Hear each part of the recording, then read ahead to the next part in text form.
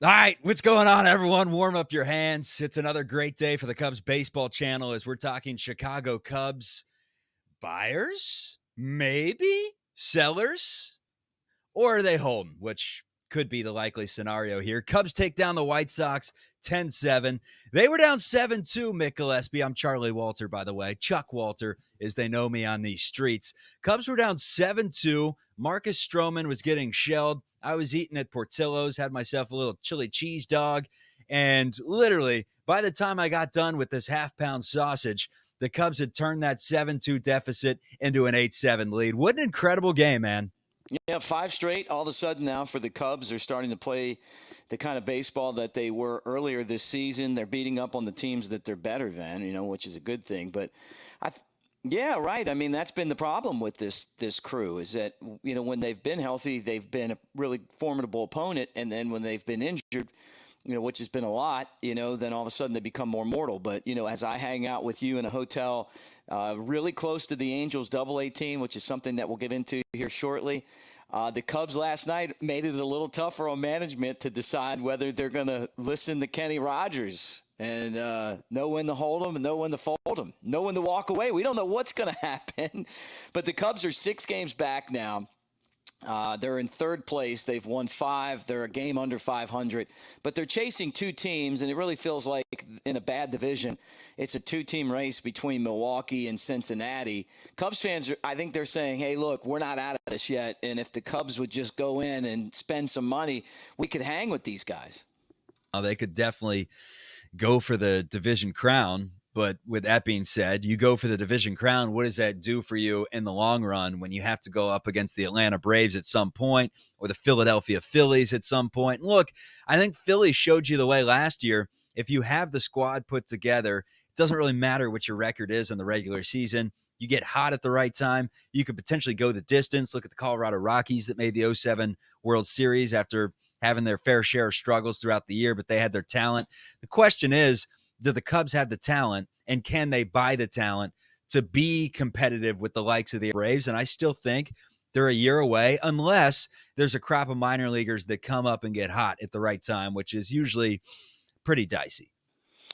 Yeah, and look, they've got guys that are going to come and help out here soon, but I don't think they're ready to come help out now. I mean, as far as making the playoffs this season, and they're guys I would love to see what they were able to accomplish in a big league uniform for an entire season, and that's kind of been the thing that we have really wanted to know about this Cubs team, right? But when I look at the roster, the way that it's set up now, and you and I have talked about it, they're just not good enough. I mean, they just don't have the pieces. You talk about the Phillies last year, and they've got Nick Castellanos and Bryce Harper and Kyle Schwarber. And then you go down that roster, there's a lot of really good players on Trey there. Turner. Yeah, right. I mean, like at every position. So the Cubs aren't there yet, and I just feel like and I love the fact that David Ross's team is making it difficult, but I'm with you, man. I mean, they're not ready yet, and they're going to miss a great opportunity because I feel like this is going to be a big-time seller's market because so many teams are in the mix. All right, so let's talk about someone that's very likely to be sold by the Chicago Cubs. That would be Marcus Stroman. His value, it's diminishing pretty quickly, man. Looking at the stats here, he went 3 1/3 last night, Wednesday night. We won't date this show so people can tune in whenever. 9 hits, 7 earned runs. He has an 8 ERA this month. He has 1 quality start over his last 6. Justin Steele now looks like this team's ace. You're talking about playoff teams that can go the distance. They usually have a rotation of 3 really quality guys. I still think Marcus Stroman's a quality pitcher, but this has to be accounted for when you ship Marcus Stroman, is someone saying, well, we're not going to give you our top prospect. He's had an 8 ERA this month. Well, I mean, look, that's just kind of the way that things work. I mean, sometimes you're up, sometimes you're down, but as far as trade value He's goes, down bad. He's down bad right now. Yeah. The people may look and say all of a sudden now not feel so comfortable with Stroman, and then depending on what market he goes to, he's always been really political in his thoughts. And so some places that's really good. Some places they don't want that, So you kind of limit the direction maybe that that would fit his personality too. But I could just see him really fitting in well with Baltimore and that young pitching staff and a team that is competing. We talked about the Astros and Tampa Bay, so we'll see what happens. But it would be a lot better for the Cubs if Marcus Stroman was pitching like he was last month. Tell you what, the Sox are definitely officially sellers at this point, which was such a promising core. The window was wide open just a few years ago, and now you look at the Chicago White Sox, they're going to be sellers. How many teams right now, realistically, do you think are buying at the deadline? And how many teams in this division alone are buying at the deadline? Is Cincinnati going to go after pieces? Are the Milwaukee Brewers maybe going to go after some hitters? Or see, if I'm a GM right now, I'm sitting here saying, all right, look, everyone in our organization, we want to win. We'd like to win now, no doubt about it. But this is the Atlanta Braves year, or it's someone from the American League. But we're not getting it done. We just don't have the horses in the stable to contend with these guys right now. So with that being said, let's go out. Let's stockpile a bunch of almost major league ready talent or major league ready talent that just haven't produced yet because they're 22, 23 years old. And let's get this thing ready for next year. Cubs have 6 guys, and basically the guys that had a big game last night: Nico Horner, Ian Happ, Cody Bellinger, Christopher Morel, and then Suzuki didn't do much. Swanson didn't do anything last night after the 2 home runs. But that right there is your core. If you can lock them all up, and most of them already are, you have 6 hitters that you feel really good about moving forward. You mix in the Pete Crow Armstrongs. You mix in the Ben Browns. You mix in these different pieces that you have. And next thing you know, you could be like the Cincinnati Reds, where you call up 3-4 prospects around the same time and you say, wow, we actually do have a team that can contend, or at least next year can contend. So it begs the question, buy, sell, or hold. And holding to me on Cody Bellinger seems smart, trying to extend him, although Boris probably won't do it. Selling Stroman. And then Kyle Hendricks to me is the wild card because you have him for next year if you want him. Look, entering Tuesday's game, or, I guess the last time I checked anyway, 19 teams were holding a playoff spot or within 5 games of one. And, you got other teams like the Padres, the Mets, and Seattle that have a lot of good players, and you would expect them to, maybe to compete as well. And so you're trying to figure out who's in and who's out. And we got the answer to that the Angels pulled Shohei Ohtani off the market. Yesterday, I'm talking about him, how many players you could get for him and how you could change your farm system. And they went out and made a trade with the White Sox after that just debacle loss that the Cubs put on them where they had the big lead and blew it.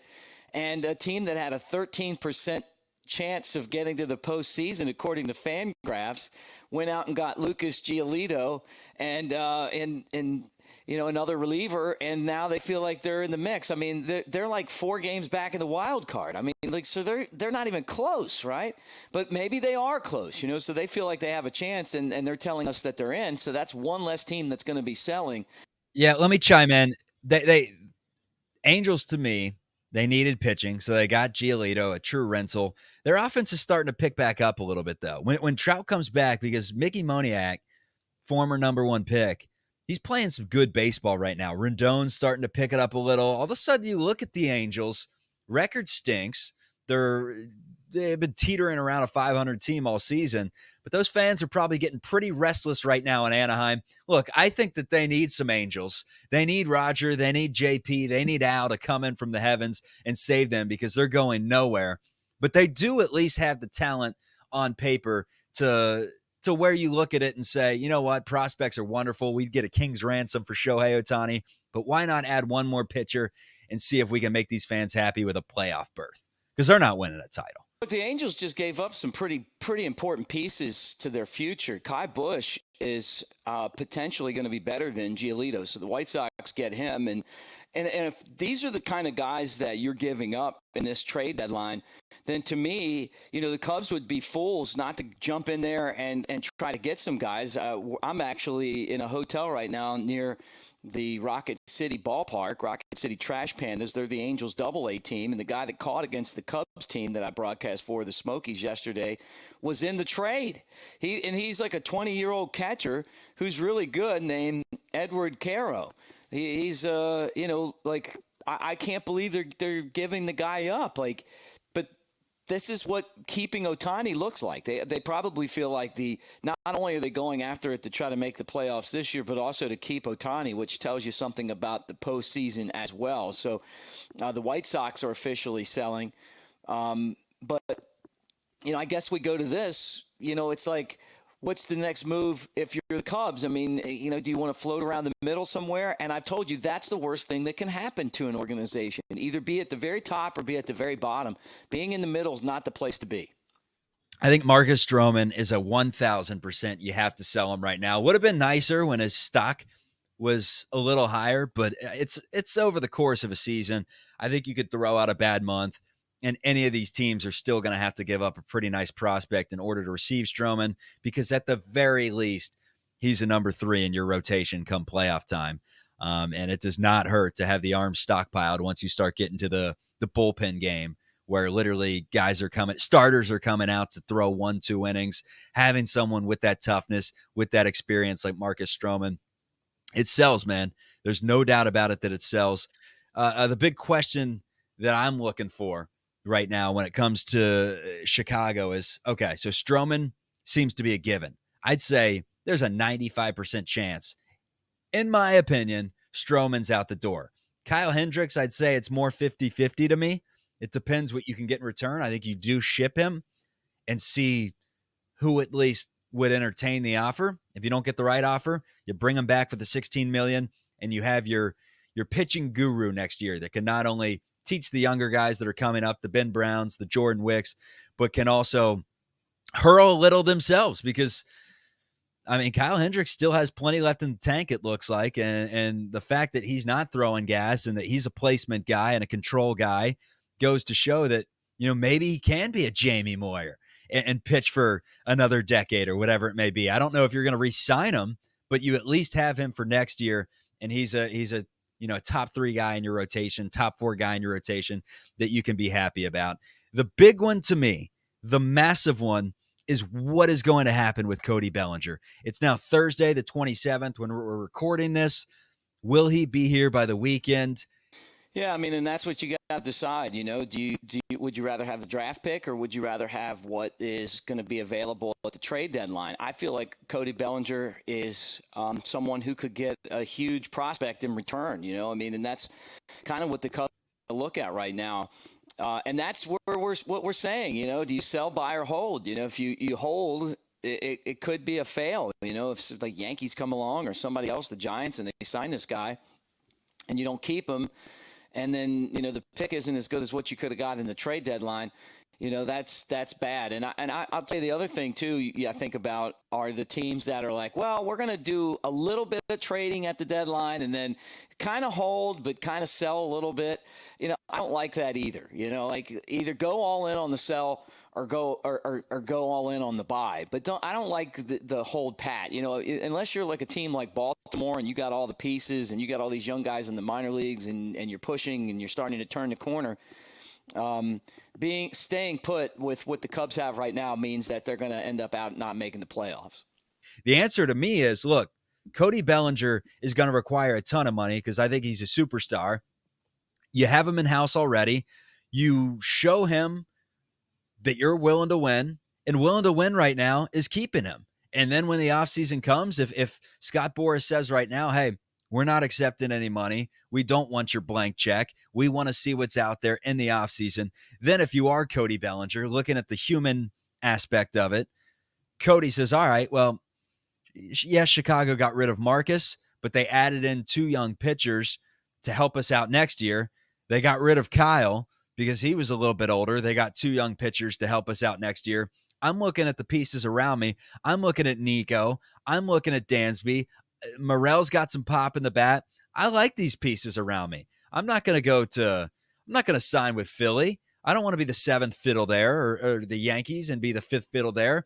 I want to be the guy in Chicago. And I think if you ship him right now, you're not, I know you say, well, you could just sign him in the offseason, ship him, get the prospects, sign him. Aside from Aroldis Chapman, has that ever happened? I mean, it does happen, all the time. It just depends on what the deal is out there. But I'm just curious, how angry are the Cubs fans going to be about like if this team just goes all sell again? Because I feel like at the beginning of the season, they bought enough that made you think like that they're really in. But looking at where the roster was, and I've said this from the beginning, they were never going to be able to compete. The young players aren't ready yet. The young players will be ready maybe next year. And you talked about the Reds. The reason that the Reds are able to drop all these young guys in is because they're at that point. The Cubs guys are getting to that.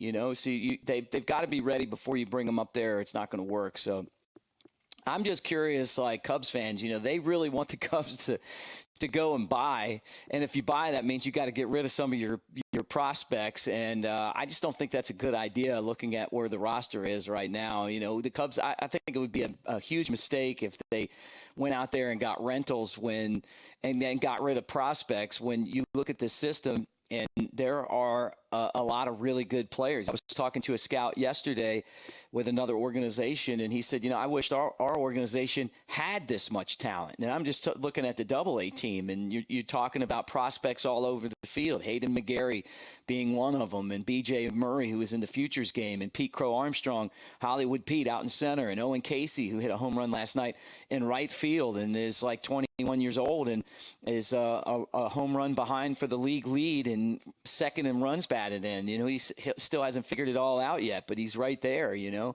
So the Cubs have a ton of prospects. There's guys in AAA. There's guys in Low A. I think you just got to be patient. I know that Cubs fans want to win right now, and I've heard Cubs fans say, even on our chat, Theo said every season is sacred. It is. But the way that things lined up and where the talent is, this isn't their season, I don't think.